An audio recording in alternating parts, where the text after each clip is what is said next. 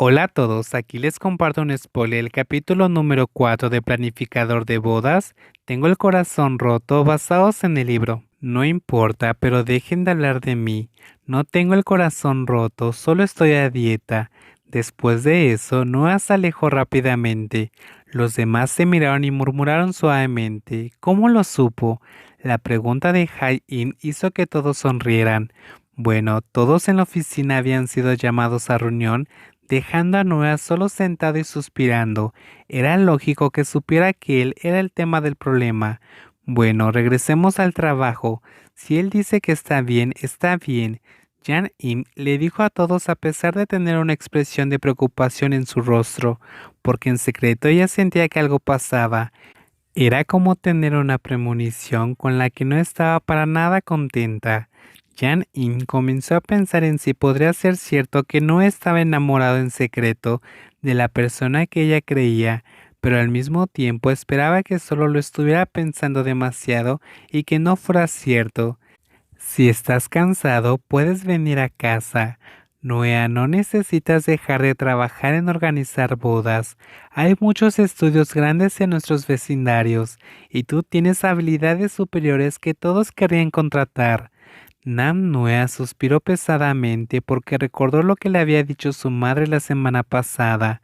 El incidente con Cylon había ocurrido hace 2 semanas. Él mismo intentó olvidarse del asunto, dedicando todo su tiempo al trabajo. En cuanto a la boda de Cylon, este no lo contactó, por lo cual se sintió un poco aliviado de que el asunto quedara enterrado. Pero incluso si podía olvidar lo que había pasado durante el día por la carga de trabajo, en las noches cuando estaba solo su corazón se sentía atormentado por ello. La historia de aquella noche volvía a asaltarlo cada noche, trayendo a su mente la añoranza, haciendo que no quisiera más que mirar esos ojos llenos de dulzura. Pero debido a que no podía hacer nada de eso, su soledad lo hizo buscar refugio en su madre. Se sentía terrible porque no le había llamado en mucho tiempo, pero a la hora de los problemas no dudaba en hacerlo. Nanoa se maldijo a sí mismo hasta que estuvo satisfecho y luego la llamó. En cada llamada había una súplica de parte del joven sobre que la extraña y que quería verla, pero aunque no decía los verdaderos motivos, su madre podía sentir que había algo dentro de su corazón que lo torturaba. Por lo tanto, la persona que le permitía hacer lo que él quisiera desde la escuela comenzó a invitarlo para que fuera a casa a visitarla. Al principio dudó de que fuera buena idea volver a casa, pero en ese momento empezaba a sentir que no era tan mala idea, que era mejor quedarse ahí mientras seguía distraído o volver a casa. Pero a pesar de que había estado evadiendo la realidad, el tiempo continuaba avanzando.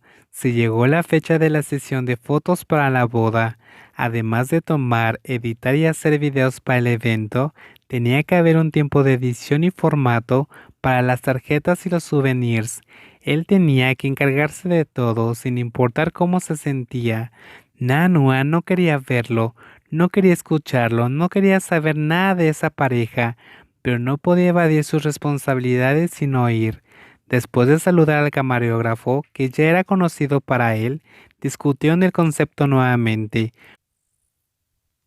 Nanua se apresuró a la parte de atrás para prepararse un café con el corazón abatido. Solo nos acostamos una vez. No debería sentirme atado a él de esta manera, pensó para sí mismo y luego suspiró, dándole la espalda a la puerta mientras se ahogaba en sus propios pensamientos e ignorando el sonido que venía del exterior. Debido a eso, no se dio cuenta que la persona con la que ya tenía una cita concertada con antelación estaba de pie detrás de él. Tranquilo, Nanoea. Solo tienes que trabajar un poco más con él y luego ya no tendrás que verlo.